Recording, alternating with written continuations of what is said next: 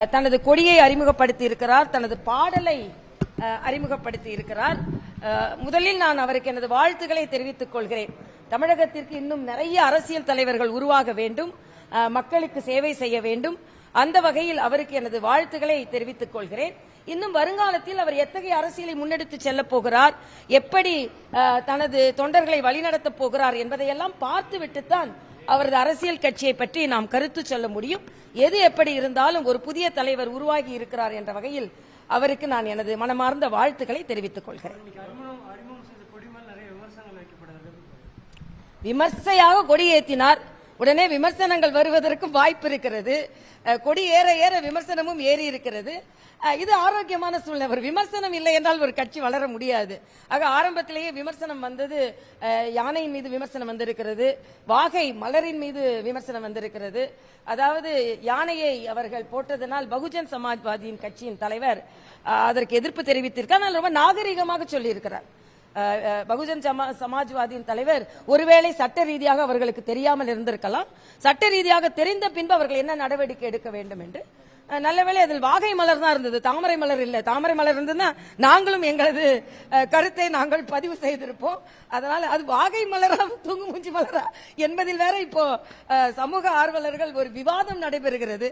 அதாவது ஒரு அரசியல் கட்சி ஆரம்பித்து கொள்கை வந்த பின்பு விவாதம் வரலாம். ஆனா கொடியிலே இருக்கிற பூ வாகை மலரா, இல்லனா தூங்கு மூஞ்சி மலரா, இல்லனா யானையை போட்டது சரியா இல்லையா, எது எப்படி இருந்தாலும் கொடி மங்களகரமாக இருக்கிறது.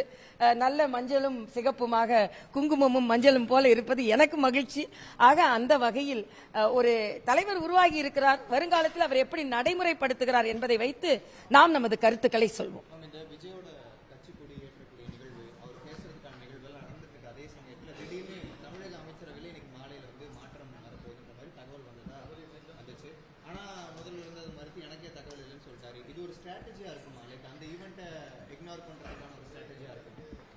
முதலமைச்சரே தெரியாதுன்னு சொல்லும் பொழுது அதை பிரேக் பண்றதுக்காக இந்த பிரேக்கிங் வந்ததான்னு எனக்கு தெரியாது.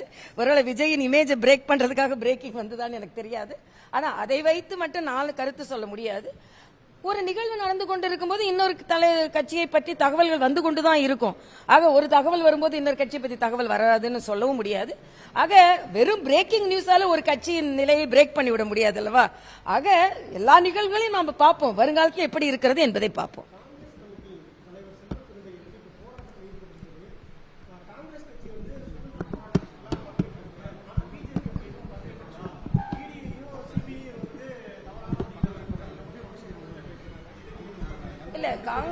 பாரதிய ஜனதா கட்சி கட்சியின் சார்ந்தவர்கள் சுதந்திர போராட்டத்திலும் ஈடுபட்டார்கள்.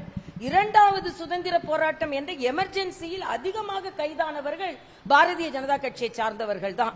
ஆக சுதந்திரத்திற்காக போராடினாலும் அதிலும் எங்கள் பங்கு இருக்கிறது. சுதந்திரத்திற்கு பின்பு சுதந்திரத்தின் குரல் வழி நெரிக்கப்பட்ட பின்பும் பாரதிய ஜனதா கட்சியின் பங்கு இருக்கிறது. ஆனால் அன்றைய சொல்லுகின்ற அண்ணன் செல்வ பெருந்தகின் காங்கிரஸை காந்தி கலைத்துவிட சொன்னார். ஆக அன்றிருந்த காங்கிரஸ் இல்லை இன்று இருக்கிற காங்கிரஸ் முற்றிலுமாக வேறு காங்கிரஸ். அதனால் காந்தி கலைத்துவிடக்கூடிய சொன்ன காங்கிரஸ் தான் சுதந்திரத்திற்காக போராடிய காங்கிரஸ். இன்றைய காங்கிரஸ் இல்லை என்பதை நான் அண்ணன் செல்வ பெருந்தகைக்கு நான் சொல்லிக் கொள்கிறேன். இன்றைய காங்கிரஸ் கட்சி அன்று நாட்டுக்காக உழைத்த கட்சி, இன்று கோஷ்டிக்காக உழைத்துக் கொண்டிருக்கிற கட்சி தான் காங்கிரஸ் கட்சி. அவ்வளவுதான் சொல்ல முடியும். ஏன்னா ஒருத்தர் கூட்டணி வேணான்னு சொல்வாரு, இன்னொருத்தர் கூட்டணி வேணும்னு சொல்வாரு. இத மாதிரி கருத்துக்கள்லாம் அவங்களுக்கு வந்து கொண்டுதான் இருக்கும். அதை தான் நான் சொல்றேன்.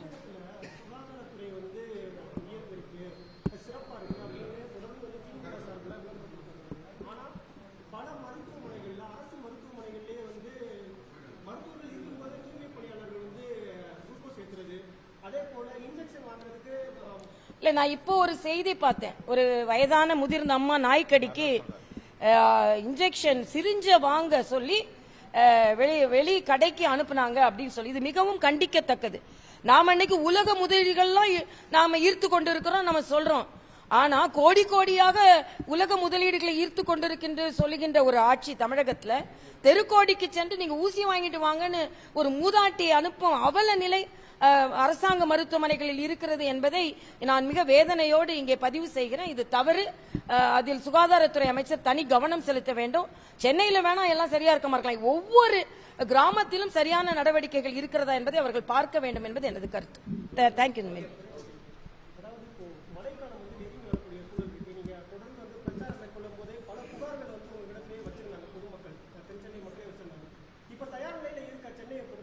இல்ல தயார் நிலையில இருக்குன்னு முதலமைச்சர் சொல்றாரு. ஆனா தயார் நிலையில இருக்குன்னு சொல்லிதான் இதுக்கு முன்னால மக்களை தத்தளிக்க விட்டார்கள். அதனால தயார் நிலையில் இருக்க வேண்டும், மழைநீர் வடிகாலை எல்லாம் சரியாக சரிபார்த்திருக்க வேண்டும் என்பது எனது கருத்து. நன்றிப்பா.